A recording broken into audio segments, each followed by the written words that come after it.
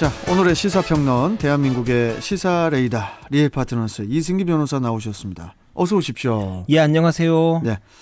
자, 첫 번째 이슈 전해주시죠. 예, 첫 번째 이슈는 1위 이준석, 본경선 당심은 어디로입니다. 자, 지난 28일 금요일에 국민의힘 당대표 예비경선 통과자 5명이 이제 발표가 됐는데요. 자, 이준석 후보가 41% 득표로 29% 지지를 얻은 2위 나경원 후보를 두 자릿수로 제쳤는데요. 자, 우선 이번 예비경선 어떻게 평가를 해야 될까요? 예, 이전부터 제가 말씀드렸듯이 국민의힘이 당대표 선거 이 흥행 면에서는 민주당을 압도했다라고 후한 평가를 내리고 싶고요. 네. 그도 그런 게 이 당대표 선거 하면은 그동안 이제 뻔한 중진들 간의 세력 다툼 뭐 그 정도였거든요. 이 민주당만 해도 뭐 4선 5선 중진들이 친문이냐 뭐 비문이냐 뭐 이런 부분 가지고 또 논쟁을 벌이니까 이 국민들이 볼 때는 아주 식상한 그런 느낌이었습니다. 네. 그런데 이번에 국민의힘 당대표 경선은 정말 사상 유례 없는 영선, 초선들이 돌풍을 일으키면서 정말 우리 정치사에서 이렇게 흥미진진하고 역동적인 선거판이 있었는가 싶을 정도로 정말 재밌었습니다. 네. 그에 반해 이제 민주당의 경우에는요, 사실 그 많은 초선 의원들이 과연 어디에 있나 싶을 정도로 사실 초선 의원들의 활약이 되게 잠잠했습니다. 물론 김남국, 김용국 두 의원이 초선의 김용민 김남국, 김용민 이 두 의원이 초선의 얼굴격으로 맹활약 중이지만요. 네. 사실 야당을 향한 이 저격수 역할을 하는 거지 이 당내 개혁을 위한 모습은 크게 보이지를 않습니다. 이전에 4.7 재보선 참패 이후에 이 초선의 난이라고 해서 이 초선 의원들이 이 조국 추미애 전 장관 문제에 대해 좀 반성하자라는 취지를 이야기했다가 당내 뭐 그리고 당외 이제 반발을 막고 이제는 후퇴한 그런 전략도 있고요. 네. 그런데 이번에 이제 국민의힘에서는 소위 정치 신진 세력이라고 불리는 이제는 뭐 영선 초선 의원들이 이 당을 바꾸겠다고 전면에 나서는 겁니다. 그러니까 완전히 상황 자체가 큰 의미가 있는 거죠. 예. 사실 지금 이 분위기로만 보면은 국민의힘이 그동안 가져왔던 이 꼰대 정당 이미지가 사라질 수도 있다라고 보입니다. 자, 그렇긴 한데 그 최종 5명의 후보 중에 그 이준석 후보 외에 김웅 그리고 이제 김은혜 후보는 모두 탈락했거든요. 예. 신진 대 중진의 구도가 1대4 구도가 됐는데 이유가 뭘까요? 예. 일종의 표 쏠림 현상으로 보입니다.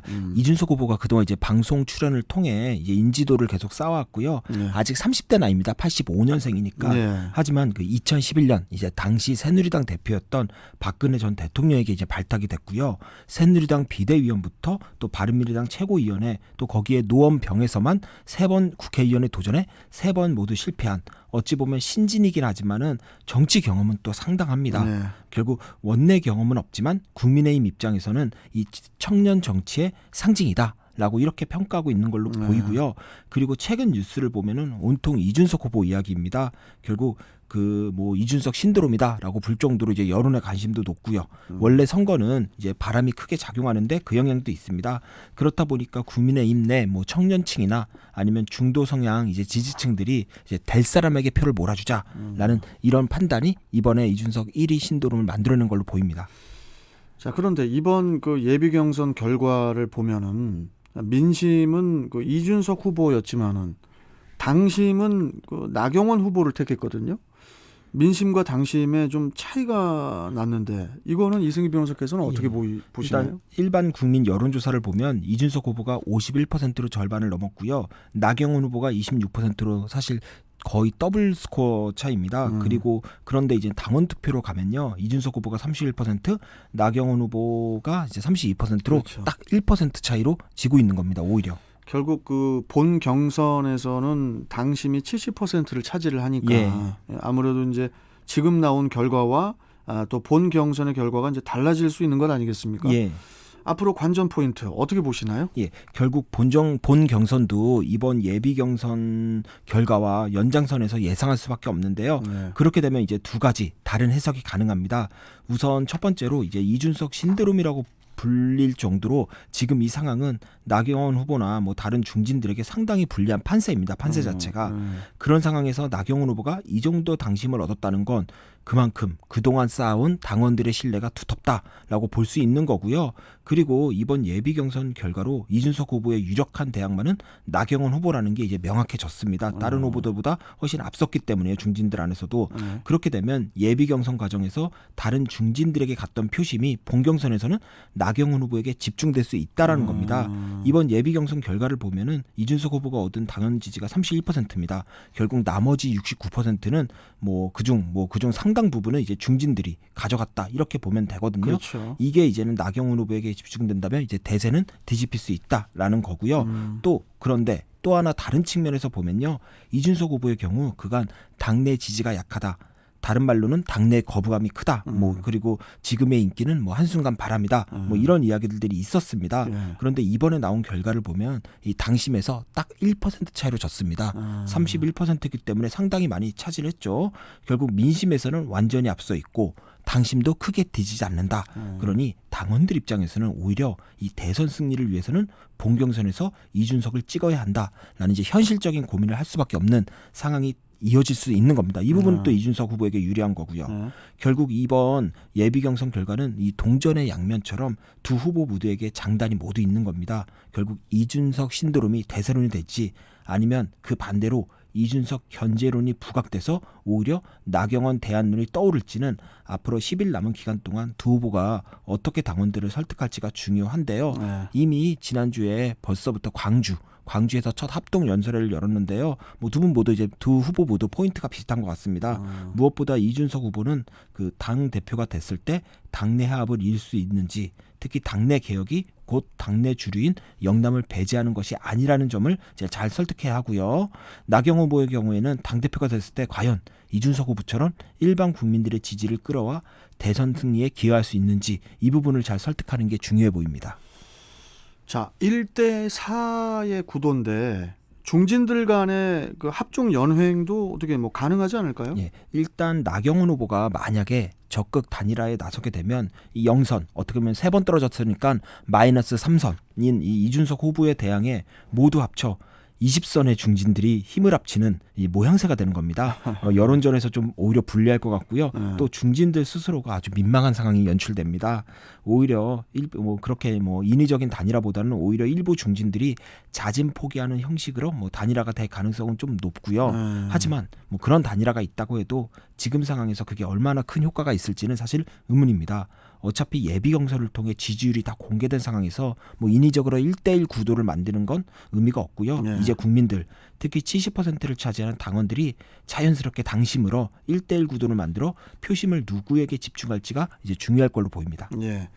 자, 그리고 이번 그 예비 경선 과정에서 그 이준석 후보의 그 돌풍 때문인지 이준석 후보 뒤에 유승민계가 있고 지금 전면에 나섰다. 이런 이제 비판이 이제 다른 중진 후보들로부터 계속 나왔는데 이런 그 개파 논란이 앞으로 본 경선에 어떻게 영향을 미칠까요? 네, 영향은 있겠지만 아주 미미한 바람 정도로 봅니다. 예비 경선 결과도 일단 그렇게 나왔고요. 그동안 사실 이 개파 논쟁하면은 우리가 대표적인 게 친박, 친이계 논란, 그리고 민주당의 친문, 비문 논란이 있는데 모두 대통령을 두고 논쟁을 하거나 아니면은 유력 대권 후보를 두고 논쟁을 하는 겁니다. 그런데 유승민 전 의원은 당장 유력 대권 주자로 일단 분류가 되지가 않습니다. 그런데 유승민계가 뒤에 있다, 그렇게 말하는 건 사실 지금까지 제가 말씀드린 이 개파 논쟁들에 비하면은 체급이 상당히 낮은 겁니다. 그러니까 국민들이 크게 관심을 갖거나 또 영향을 받을 일이 아닌 거고요. 그리고 원래 정치는 아무리 자기네들이 아니라 그래도 개파 논쟁이 아예 없을 수가 없습니다. 그러니 이번 개파 논쟁 그냥 논란인 거지 경선판을 바꿀 정도의 큰 의미를 부여하기는 어려워 보입니다. 알겠습니다. 자, 이제 다음 이슈 전해주시죠. 예, 다음 이슈는 이용구 사의 검찰 물갈이 인사 예고입니다.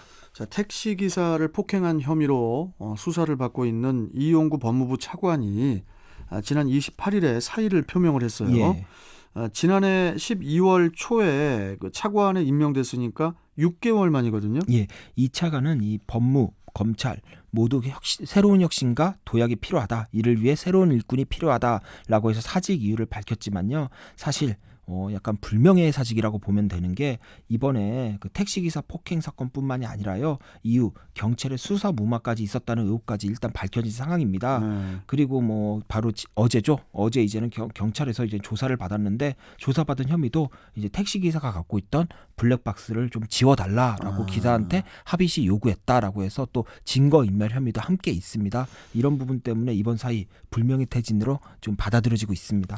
특히 이제 김호수 후보자의 그 검찰총장 임명을 앞에 두고 예. 있는 상황이라서 이번 그 이용구 차관의 사의를 두고 대규모 검찰 인사의 예고편이라는 그런 목소리도 있거든요. 예, 이번에 이 차관과 함께 이제 강호성 범죄예방정책국장 그리고 이영희 교정본부장도 조직 쇄신과 인사 적체 해소를 위해 명예퇴직을 신청했다라고 법무부가 밝혔는데요. 이는 최근에 이 박범계 법무부 장관이 검찰 조직 내 인사 적체를 언급했습니다. 그러면서 검사장의 인사폭을 좀 넓히겠다라고 밝힌 것과 이제 개를 같이 하는데요. 이게 특히 논란이 된 게 검찰은 이 연수원 기수가 낮은 후배가 총장으로 오면 선배들이 옷을 벗는 문화가 있습니다. 그렇다고 그러더라고요. 왜 이런 문화가 있는지 모르겠습니다. 일반 민간에서는 나보다 나이가 많거나 선배라도 후배라도 그 밑에서 팀원을 할 수 있거든요. 아직도 이런 옛날 문화를 검찰이 갖고 왜냐하면 있는데요. 검찰이 이거 완전히 이게 수직 관계가 되게 심하기 때문에 그러니까요. 그런 것 같기도 하고. 예. 그런데 이전에 윤석열 전 총장이 연수원 23기였습니다. 그때만 해도 이제 기수 파괴, 이제 파격적인 그렇죠. 인사였는데 그렇다 보니까 23기 위에 이제 기수들 이제 선배들이 옷을 벗고 지금의 이제 그 밑에 기수들이 검찰 내 고위 간부직에 다 있는 겁니다.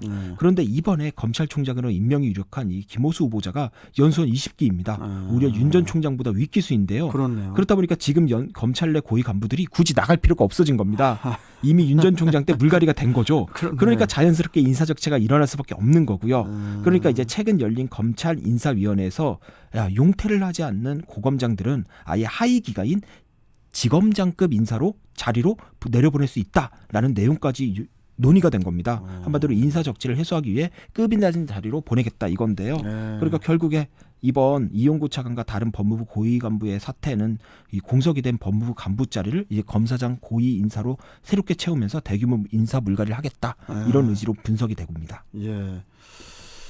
자, 이승기 변호사가 만약에 검찰이었다, 예. 검사였다, 예. 이러면은 죽어도 안 나가죠. 저는 변호사가 좋습니다. 자유인이 좋습니다. 알겠습니다. 영원한 자유인을 살. 자, 시사평론가 리얼 파트너스 이승기 변호사와 함께했습니다. 고맙습니다. 예, 감사합니다. 네. 자, 이제 날씨 알아보고 오겠습니다. 최다빈 캐스터.